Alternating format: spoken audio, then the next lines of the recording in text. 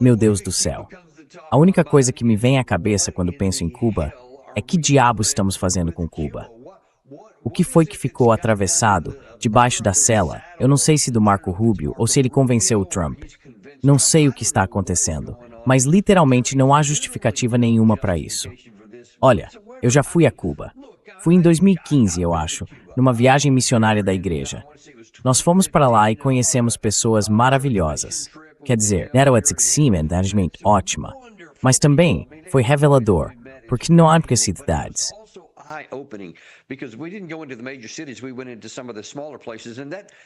Fomos a alguns dos lugares menores, e aquele lugar mal consegue manter as luzes acesas, mal conseguem alimentar a própria população. E isso foi antes da situação atual, em que o presidente Trump voltou e começou a apertar ainda mais o cerco.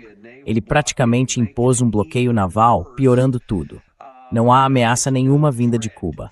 Nenhuma, categoricamente. É só isso que existe. Esse relatório é pura ficção. E eu acho que, na verdade, isso está ligado. Acho que o motivo de terem colocado comunismo no título foi intencional. Está diretamente ligado ao que o presidente Trump está tentando fazer ao demonizar Mamdani e todos os grupos dele, chamando-os de os novos comunistas.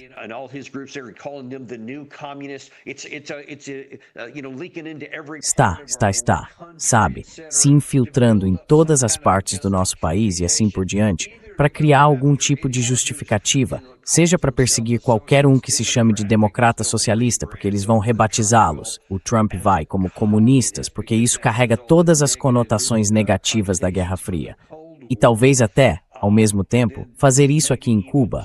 Meu Deus, eles estão vindo atrás de nós. Isso é só mais dessa mentalidade belicista, totalmente fora de controle. Quero dizer, já foi ruim o bastante termos ido atrás da Venezuela, que não representava nenhuma ameaça para nós. Foi ainda pior termos ido atrás do Irã, quando eles não representavam nenhuma ameaça para nós. Não havia nenhum risco para a segurança nacional americana.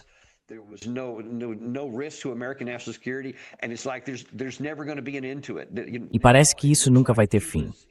Agora parece que Cuba está na mira. E você pode simplesmente dizer que nunca vamos fazer nada na Groenlândia? Quer dizer, no começo aquilo era uma piada, mas agora nada é piada. Tudo é possível. E nós simplesmente acabamos com a diplomacia. A diplomacia nem existe mais, porque você tem ali o sujeito que na mesa diz secretário de Estado, mas cada ação dele diz secretário do belicismo. Acho que é disso que eles precisam, de um novo departamento para isso, porque ele está tentando superar Pete Hegseth, que também, sabe, adora toda a guerra que já aconteceu. Mas é assim que eu vejo a situação.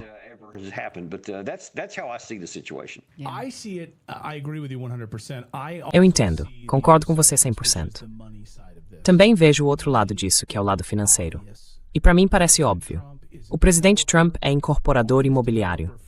Todos os amigos dele, que também são incorporadores, estão salivando por propriedades à beira-mar para construir hotéis bem ali, em um dos lugares mais desejáveis do mundo, que é Cuba, para resorts e destinos turísticos. E eles querem isso. Sem dúvida. Aliás, se você me chamar de teórico da conspiração, isso já está acontecendo na porra de Gaza, pelo amor de Deus.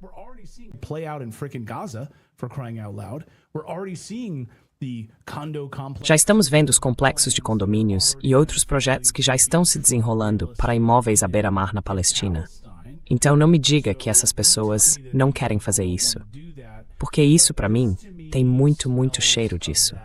E, aliás, quando eu trabalhava na Fox, eu ouvia pessoas nos corredores falando sobre isso. Incorporadores, grandes incorporadores milionários, dizendo, cara, quando Cuba se abrir, as comportas para os bilhões que vão entrar dos Estados Unidos. E todos os amigos incorporadores do Trump vão ganhar bilhões de dólares. Pode me chamar de cínico, coronel.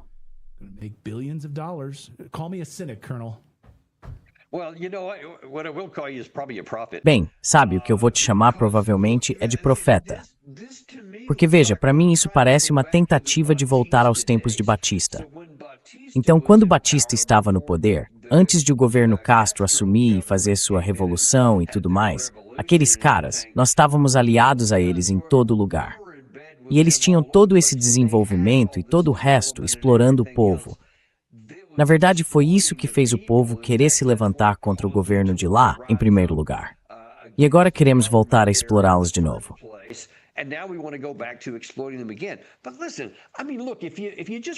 Mas escute, quer dizer, veja, se você só quer ganhar dinheiro, então acabe com todas as sanções, transforme o país num país normal e faça negócios com eles, porque eles adorariam poder fechar algum tipo de acordo. Haveria limites para o que você poderia fazer, então não daria para explorá-los totalmente. Mas quer dizer, essa oportunidade existe. Não precisamos simplesmente esmagar esse país minúsculo, ali na nossa costa, que não representa nenhuma ameaça para nós. Eu considero isso completamente imoral, antiético e uma política ruim em todos os sentidos, porque há outras maneiras até de resolver esse problema. Mesmo se você for apenas alguém obcecado por dinheiro, há outras formas de fazer isso legalmente, e isso beneficiaria as pessoas.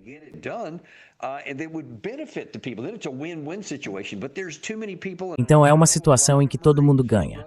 Mas há gente demais. Eu sei que muitos deles estão em Cuba.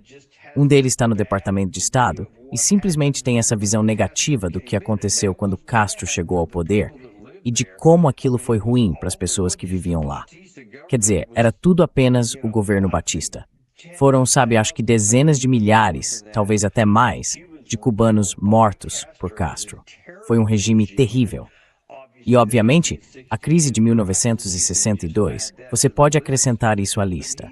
Mas ele está morto. Já se foi. E desde então, desde que os soviéticos saíram, o país tem sido só esse país em ruínas aqui, do qual continuamos mantendo nossas garras. E não há razão nenhuma para isso.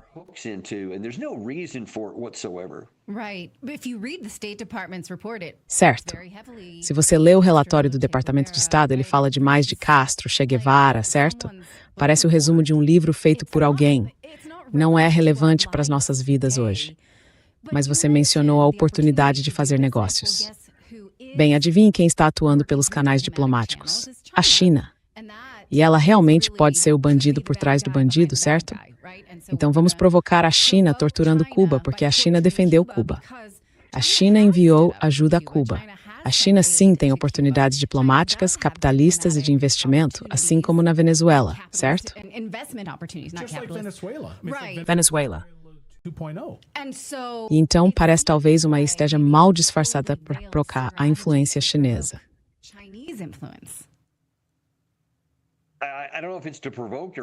Não sei se é para provocar ou prevenir. Não sei. Bom ponto. Há muitas coisas diferentes que podem estar por trás disso. E achei muito bom você ter mencionado, Natalie, naquela reportagem, que muitas dessas coisas, e você também, Clayton, algumas das coisas que Rubio citou ali eram de, 2001, 2003. Ou seja, lá quando foi. 2001, mas a maioria era dos anos 60, 70. E esse é o mais recente. E ele fala disso como se tivesse sido na última terça-feira ou algo assim. Muito pouca gente vai fazer o que você fez e realmente entrar naquele documento para olhar. Mas isso só expõe a falta de qualquer realidade fundamental nele, ao pegar coisas do passado. Porque eles sabem que quase ninguém vai de fato ler aquele documento. Vão ver a manchete e a capa. Comunismo, tá vindo atrás de nós. E, meu Deus, temos que ir atrás deles. Podem assistir aquele trecho de vídeo, mas é só isso. E é com isso que eles estão contando.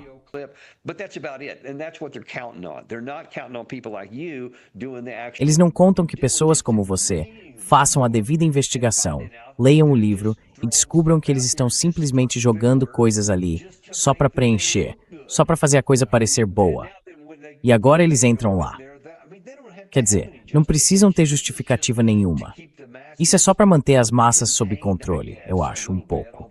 Embora eles estejam se preocupando cada vez menos até com isso. Mas isso só amplia um problema maior que eu vejo. A militarização absoluta do governo dos Estados Unidos, em todos os setores, além das nossas fronteiras e às vezes até dentro delas. E eu acho muito perturbador e preocupante que estejamos usando essa força agora como a principal ferramenta da ação estatal.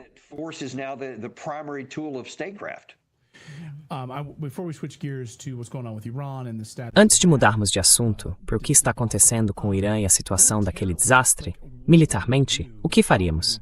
Como invadiríamos Cuba? Segundo relatos, já temos agentes da CIA lá. Então a CIA está lá, semelhante ao que aconteceu na Venezuela, é claro, antes daquela invasão, da captura de Maduro. Mas como isso seria militarmente? Tipo, se você fosse...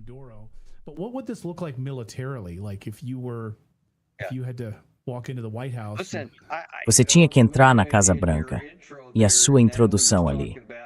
Natalie estava falando sobre como, com os agentes da CIA, se eles parecem familiares.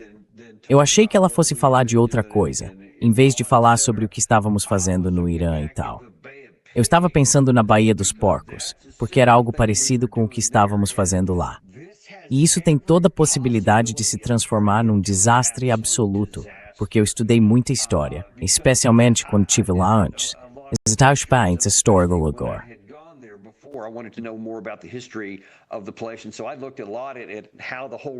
E então eu analisei muito como toda a revolução aconteceu e assim por diante, como ela foi combatida. Sabe? E depois, quando o próprio Castro entrou e na sua, sabe, quase uma contra-revolução, eles reprimiram isso e assim por diante. E houve muito desse conflito. E o fato é que a versão do Castro originalmente teve sucesso porque eles foram para as montanhas, saíram das grandes cidades e passaram a ter essas operações de guerrilha em diferentes bases, que são extremamente difíceis de encontrar. E eles conseguem se esconder praticamente em qualquer lugar.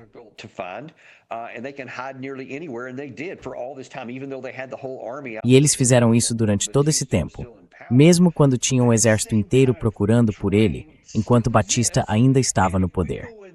Esse mesmo tipo de terreno continua existindo. E se entrarmos lá desta vez achando que vai ser outra Venezuela, podemos acabar descobrindo que vai ser outro Vietnã, porque há muitas semelhanças entre os dois. E se os cubanos não se renderem facilmente como os venezuelanos e disserem, sim, vocês vão pagar um preço, veja, já estamos sobrecarregados pelo que temos dado à Ucrânia, pelo que temos dado a Israel e agora pelo que estamos gastando regularmente aqui no Irã. Não temos os recursos. Não podemos nos espalhar e entrar em outra luta, porque talvez nem consigamos vencê-la. Há essa suposição de que vai ser como a Venezuela. Eu não tenho certeza nenhuma de que essa seja uma boa suposição, porque acho que os cubanos provavelmente resistiriam, provavelmente lutariam, e eles definitivamente estão extremamente. Muito fascinante. Então, mais parecido com Iwo Jima do que com um simples passeio na praia, suponho. Certo. Quero dizer, mas isso não leva em conta o fato que os cubanos estão sendo torturados neste momento pela falta de energia. Há sanções sobre o petróleo. Eles estão enfrentando apagões rotativos. Então, sabe, é uma população enfraquecida. O que achamos que eles são, os mongóis? Que eles realmente têm, tipo... Bem, não, esse é um ótimo ponto.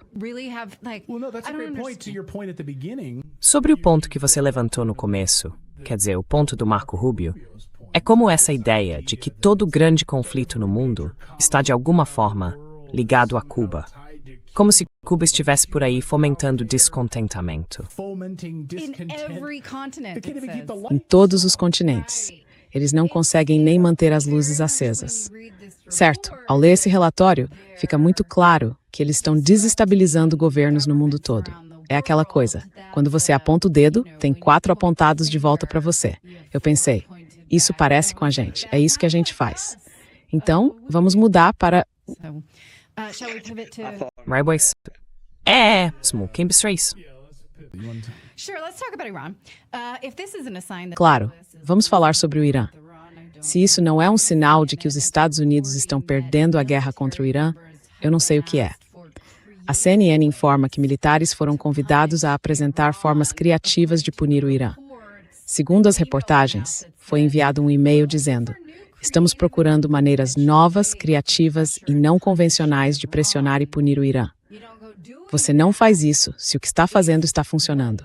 E claramente não está funcionando. Além disso, a Reuters informou que os Estados Unidos estão quase sem mísseis de longo alcance e alta precisão.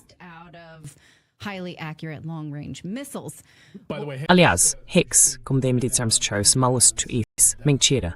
Você está mentindo. Certo, vamos falar disso daqui a pouco. Mas sabe, sempre há sanções, não é? Essa é uma das nossas opções favoritas. Fazemos isso há décadas, de uma forma impressionantemente cruel. E ainda assim tem sido ineficaz para obrigar o Irã a fazer a nossa vontade. Em uma declaração à CNN, uma pessoa do CENTCOM disse que o Comando Central dos Estados Unidos tem uma longa história de pensar e trabalhar de maneiras inovadoras. Bem, isso certamente é verdade. É outra forma de dizer que jogamos sujo. Sabe, a semeadura de nuvens no Vietnã é outro exemplo que me vem à mente. Aqui vai algo criativo. Você sabia que a CIA certa vez tentou matar Patrice Lumumba, o ex-primeiro-ministro da República Democrática do Congo, colocando veneno de cobra na pasta de dente dele? Então é isso que estamos buscando aqui. No que você pensa quando eles pedem criatividade?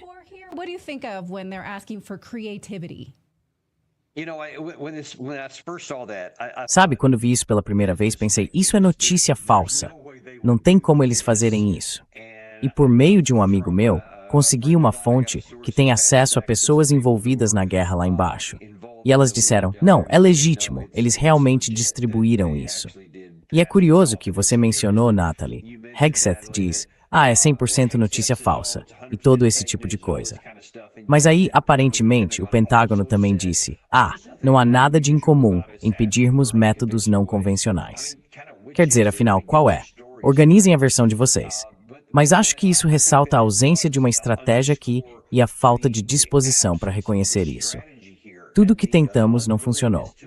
Basta olhar para as fases pelas quais passamos.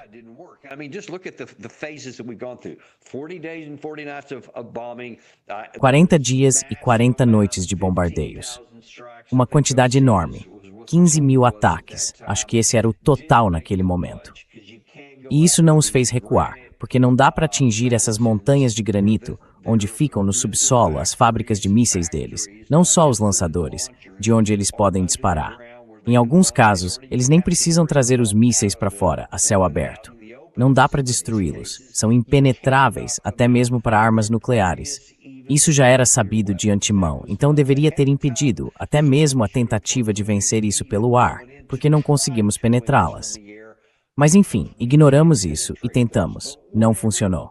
Depois, é claro, tentamos por alguns meses. Vamos deixá-los passar fome, vamos fazer um bloqueio. Isso também não funcionou.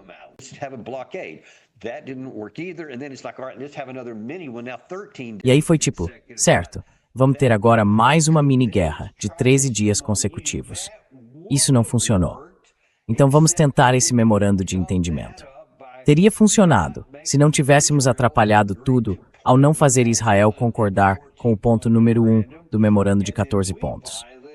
E depois violamos o ponto número 5 do memorando e não cumprimos os outros pontos, como liberar os fundos congelados deles, acabar com todas as sanções, esse tipo de coisa. Snort te me nemtasumé.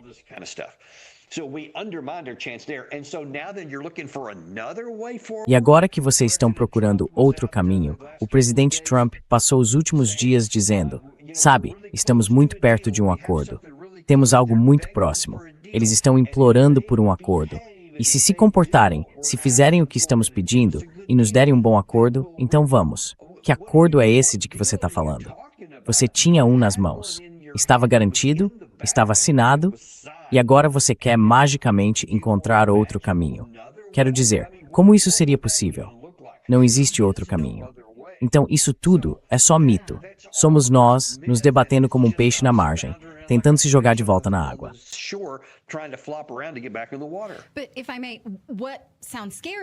Mas se me permite, o que me assusta é que já demonstramos que não obedecemos aos padrões internacionais sobre crimes de guerra. Então, criatividade, Caror, na prática, significar mais disso. Começamos bombardeando meninas numa escola, então vale tudo, certo? Eles não estão dizendo para agir dentro dos limites da moralidade. É como se dissessem, ei, vamos seguir pelo caminho do veneno de cobra. É assim que eu interpreto isso. Então talvez você possa reagir a isso.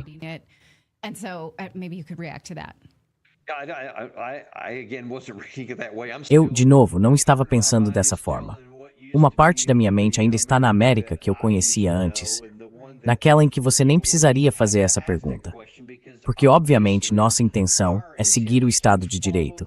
seguir as prioridades internacionais em relação a crimes de guerra e assim por diante. Nós até puniríamos os nossos próprios quando violassem as leis de guerra e assim por diante. Nós fizemos isso. Agora então, você tem razão. Tudo está em aberto. Então eu preciso ampliar minha perspectiva aqui e considerar essa afirmação em outros termos, porque o presidente está fazendo isso.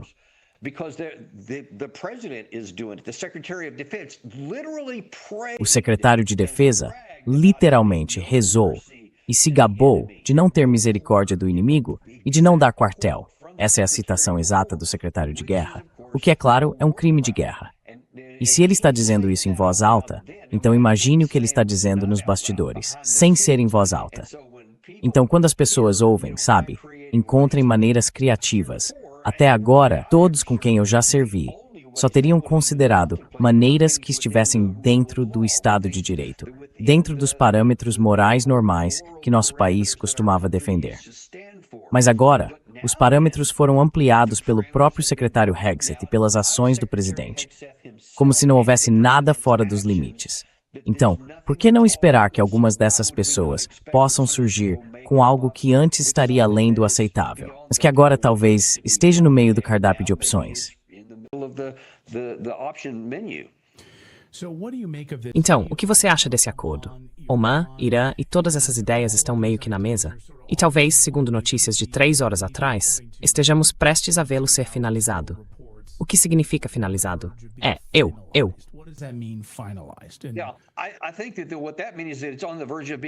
Acho que isso significa que está prestes a ser finalizado o controle do Estreito de Hormuz com Omã, entre Omã e o Irã.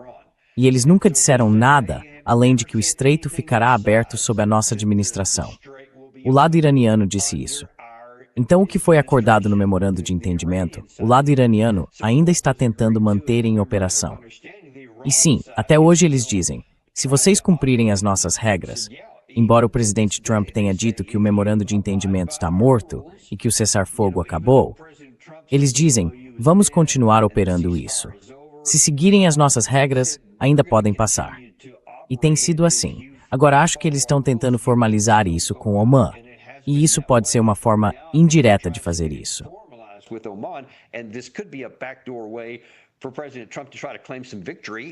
Para o presidente Trump tentar alegar alguma vitória, eu espero que sim. Porque se eles reabrirem, o tráfego vai voltar a passar e, curiosamente, vão impor o mesmo período de 60 dias. Então, aparentemente, esse prazo seria reiniciado sem cobrança de taxas durante esses 60 dias. Isso é literalmente, palavra por palavra, o memorando de entendimento de 17 de junho. Se não tivéssemos complicado tudo isso, Clayton, imagine só. O estreito provavelmente estaria entre 75% e 80% aberto agora. Porque vai levar um tempo para desfazer isso, já que todos precisam, antes de mais nada, se convencer de que é verdade, de que realmente vai estar aberto, e de que as pessoas não vão ser atingidas se não passarem por lá, conforme diz o lado iraniano. E quando todos fizerem isso, e nós também não formos atacar ninguém, esse tráfego vai começar a fluir.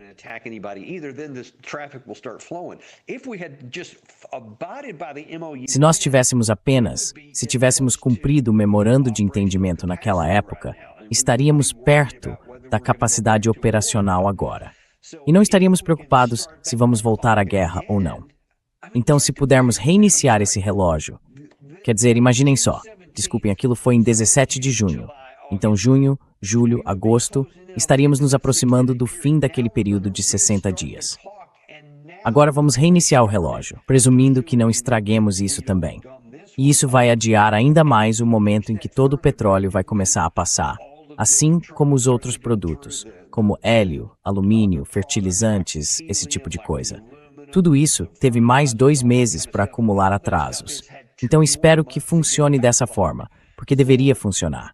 E espero que o presidente Trump não estrague isso como fez da última vez.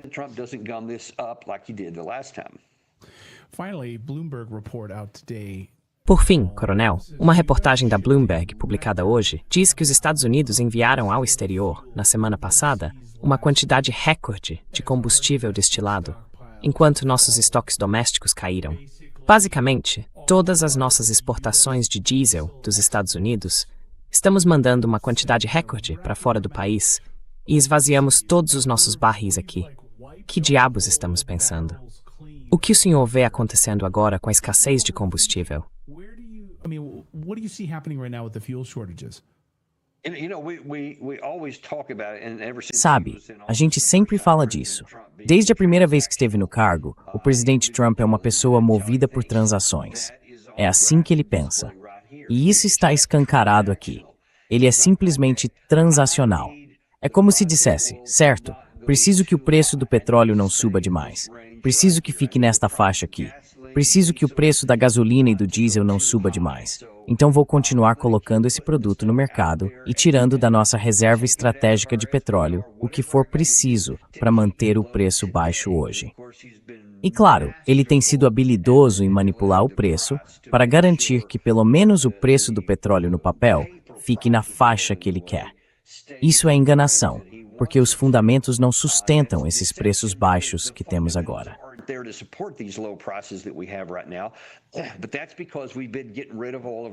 Mas isso é porque estamos esvaziando toda a nossa reserva estratégica de petróleo. Bem, agora essas reservas estão chegando perto do fim. E quando você manda tudo isso para lá, diesel, combustível de aviação e outras coisas de que muitos dos nossos parceiros ao redor do mundo precisam, e que estão perdendo por causa desse Estreito de Hormuz, nós começamos a guerra que causou todo esse problema. Esses produtos também têm prazo de validade, porque quando o nível fica baixo demais, você não consegue mais fazer isso. E quando isso acontecer, o preço vai começar a subir de novo, porque simplesmente não vamos ter esses produtos. E claro, essa visão de curto prazo funcionou por enquanto para o presidente Trump manter a situação sob controle politicamente. Mas o que ela não fez foi mudar os fundamentos. Enquanto isso, veja o que os chineses fizeram.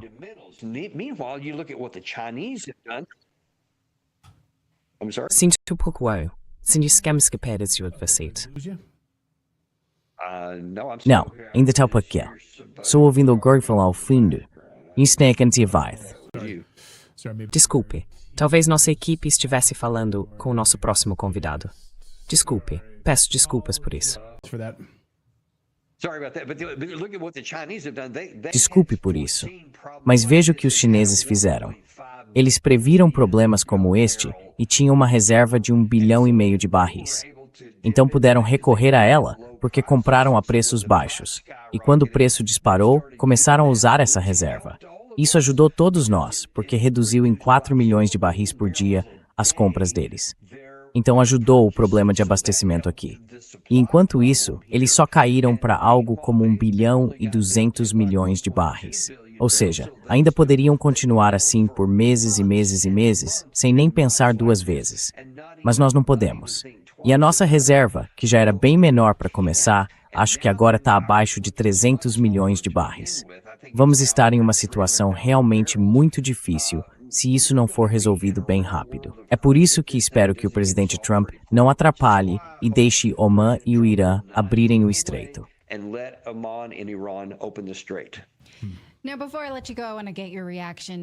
Agora, antes de encerrar, quero ouvir sua reação a esta imagem.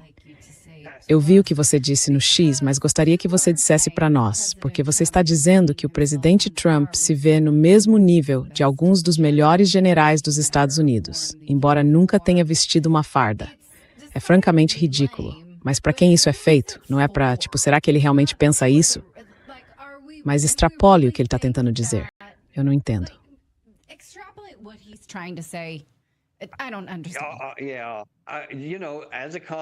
Sim. Sabe, como veterano de combate e como alguém que valoriza todos os outros veteranos de combate, isso é realmente problemático. Você se colocar no mesmo nível de 2 dos maiores generais de combate que já tivemos na nossa história. Quer dizer, literalmente, você está se colocando entre eles, na verdade. E é parecido com aquela publicação que ele fez uma semana, mais ou menos, ajudando George Washington a atravessar o tempo, porque vai dar um ventilador para George Washington. Porque ele sabe, todo esse tipo de coisa grandiosa, de autoengrandecimento, se vendo como uma figura divina. Isso também é de mau gosto. Mas você perguntou, para quem é isso? Existe uma pequena coterie de gente que simplesmente ama o Trump e adora esse tipo de coisa.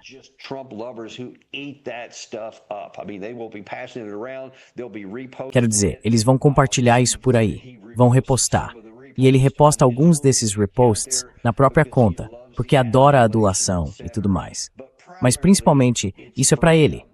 É assim que ele gosta de se enxergar, como uma figura heróica. Sabe aquela imagem, alguns meses atrás, em que ele se fazia parecer Jesus curando alguém? Quando foi criticado por aquilo, ele disse: "Ah, não, eu era médico." Médicos não usam isso, eles não têm luz saindo das mãos. Mas isso é outra questão. Só que isso diz muito. Você vê um padrão consistente. Ele tem uma imagem de si mesmo como uma espécie de Deus. E isso é realmente perigoso, além de ser de mau gosto.